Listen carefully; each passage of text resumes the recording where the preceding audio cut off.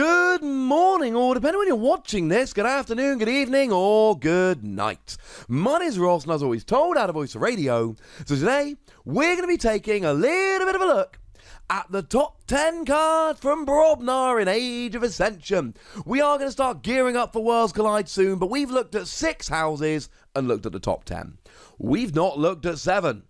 Let's fix that, shall we? So starting off then with a couple honourable mentions that didn't quite make the list. Kulf the Quiet. To be honest, this needs to have a bit of a mention because it's the only elusive Brobnar creature we've ever had.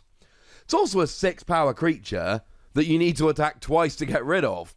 He's going to be on the field for a little while. First Blood is a card I quite like. It gives you an amber bonus. It's got alpha. Must be the first thing you do in the doing stuff part of your turn. And it reads, when you play it, deal 2 damage for each friendly Brobnar creature. You may divide this damage among any number of creatures. So you just get to do a whole bunch of damage while gaining an amber. That sounds good. And finally, Bingle Bang Bang. Yes, you're a 2-power creature. No, you don't have elusive or skirmish or any armor. But before you fight, you deal 5 damage to each neighbour of the creature Bingle Bang Bang fights. You're probably going to be destroyed the first time you try fighting with it, but you're also going to do 5 damage to 2 different creatures, which will often be enough to destroy 2 different creatures. Yeah, I'm cool with this. So in at number 10, we've got Forge Master Ogg. I adore this card, though I do concede that it is not always going to work as well as you'd like. 4-power creature, 0 armor. After a player forges a key, they lose all their remaining amber. Now, it does say a player, not your opponent or anything like that. Ergo, it works for both players, but it forces you to play differently. If your opponent is playing a great Amber Rush deck, you can hurt them with this. And it doesn't have skirmish, so you can destroy it just by throwing it against a bigger creature. But what I love here is it's a permanent skill. So if your opponent's got 12 amber, you can just drop Forge Master Ogg down and there is nothing they can do. They have to forge a key at the beginning of their next turn and they have to lose the remaining amber. It is a great option if your opponent's about to forge with lots of amber. But do please remember that outside of that, it can be very tricky. In at number 9, we've got Grok. Grok is a 5-power creature. When you fight, your opponent loses an amber. Remember, you've got to survive the fight in order for this to actually work, which can be a pain. But having said that, you got 5 power. You're going to destroy a couple of creatures. You're not going to last very long. That's why it's at number 9. But you should be able to use this to make your opponent lose a couple of amber. And if that's all it's doing, that's still pretty gosh darn good. In at number 8, we've got Foozle. Foozle is a 5-power creature, and when you reap, if an enemy creature has been destroyed this turn, gain an amber. And Brobnar love fighting. Brobnar destroy creatures. It's what they do. It's their thing, ladies and gentlemen. And then you get double reaping. Now, I know it's not technically double reaping, but I'm calling it double reaping. Yes, it's only when a creature has been destroyed this turn, but it says destroyed, not destroyed in a fight. So if you can use some kind of cheeky damage to go and get a KO there, or destroy it in the parlance of Keyforge, that will work just as nice. Maybe you've used a punch to deal 3 damage to a creature. I like it. In at number 7, we've got Brammo.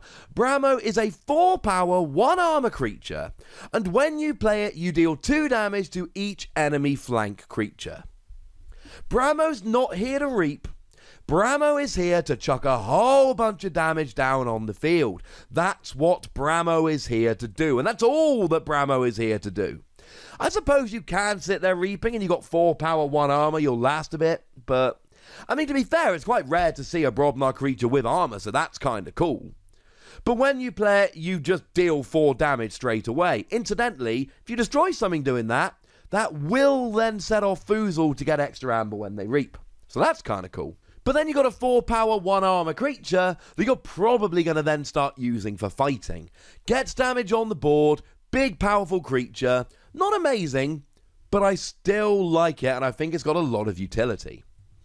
In at number 6, one of my favourite cards from Brobnar, Into the Fray. It is an action card and it reads, for the remainder of the turn, a friendly Brobnar creature gains fight. Ready this creature. Now remember, fight skills only work when you survive the fight. To be fair, readying a creature that had been destroyed wouldn't do much anyway, but that's not the point. If you can give it skirmish, this becomes absolutely phenomenal. So if you've got something like Panpacker, fine, Panpacker Jagger, if you want me to tell you which of the Panpackers. It gives all of the creatures to the left of it in the battle line skirmish. So that should pretty much always be on the right flank, unless you're worried about something like Brammo taking it out on the flank. So you then get skirmish, and then you take one of these powerful Brobnar creatures, and then the rule of 6 is going to kick in. Either they fight 6 times and the rule of 6 says, okay, you're done, or you destroy every creature your opponent has on the board, and then you ready one last time and reap. There are some great combos here. It really is better with skirmish, which is why it's not at number 1. And we've got a few ways to give skirmish. They're not stunning, but they're alright. But the fact of the matter is, when this works, oh my goodness. And even if you just use a giant creature like Lollop the Titanic, you're going to destroy a couple creatures with this. Oh yeah, speaking of which, in at number 5, Lollop the Titanic. It's an 11 power creature. It's huge! The only creature bigger than this is Khalifi Dragon, but Khalifi Dragon can only be played if you've got 7 amber or more, but bearing in mind if you've got 6 amber or more, usually, you have to forge a key to begin your turn, so yeah, you ain't going to get Khalifi Dragon down that much, and even then it's only a 12 power. Lollop's got 11, it's great, although Khalifi does have an amazing fight and reap skill. Khalifi Dragon is great. Lollop the Titanic's not that, but you can just play it. And it's got 11 power. And okay, it deals no damage when attacked, I'll grant you that. But when you're attacking, you deal 11. Yeah, that's pretty good. When you combine it with a card like Might Makes Right, for instance, it just gets phenomenal. Speaking of which, in at number 4, Might Makes Right. Might Makes Right is a key cheating card. It gives you an amber bonus, and it reads, you may sacrifice any number of creatures with total power of 25 or more. If you do, forge a key at no cost. So yeah, something like Lollop the Titanic that sits there as an 11 power creature, that's going to get you almost half of the way there. If you've got Blood of Titans, and there are people that have multiple Lollop the Titanic, multiple Blood of Titans, etc. with this. We've seen it work on stream. I don't think it's as good of a key cheating card as Key Charge is. Key Charge works more often. But I do think it is a good key cheating card. And I love it because it works for Brobnar. Brobnar have big, powerful creatures. This is the perfect kind of card for that. I love it. Not always going to work. But when it does work, yes. All of the yes. Incidentally, I should have said that there is a really big gap between the top 4 and the rest. You can really mess around with 5 to really 13, including the honourable mentions. But I think the top 4 really are the top 4. Speaking of the flex, in at number 3, it's the flex. Okay, we weren't talking about the flex, but twice in a row I pulled off that transition, so I was going for the hat trick. The flex is an action card that reads, when you play it, choose a ready friendly Brobnar creature, exhaust it and gain amber equal to half its power, rounding down the gain. So let's say you've got Lollop the Titanic. Yeah, I know he keeps coming up. There's some good combos with that boy. 5 amber. Khalifi Dragon, 6 amber. Even if you've got something like Foozle, 5 power, not great. Whack a Blood of Titans on there, 10 power. Now you're exhausting it to gain 5 amber, which is better than the 2 you'd get from reaping, even if you destroyed a creature. Once again, this relies on having the right creatures out, and it's not always the easiest thing to pull off. But the fact of the matter is, this is another very Brobnar card. It is a kind of card which works in a house with lots of powerful creatures. Oh, look. Brobnar. Brobnar does not have many cards that can gain it a bunch of amber. This absolutely can. Now, for the first time in all 7 houses, I am actually going against a clear number 1. I disagree. In at number 2, it's Drummernaut, and the Facebook group said Drummernaut should be number 1. And look, Drummernaut's a great card. 6 power creature, and when you play, or fight, or reap, you return a friendly giant creature to your hand. There is a great combo here with Ganger Chieftain. In Ganger Chieftain, when you play it, you may ready and fight with a neighbouring creature. But then when you fight with Drummernaut, you return Ganger Chieftain to your hand, and then you play Ganger Chieftain, and that readies Drummernaut, and so on and so forth. The rule of 6 is the only thing that stops you doing this to infinity and beyond.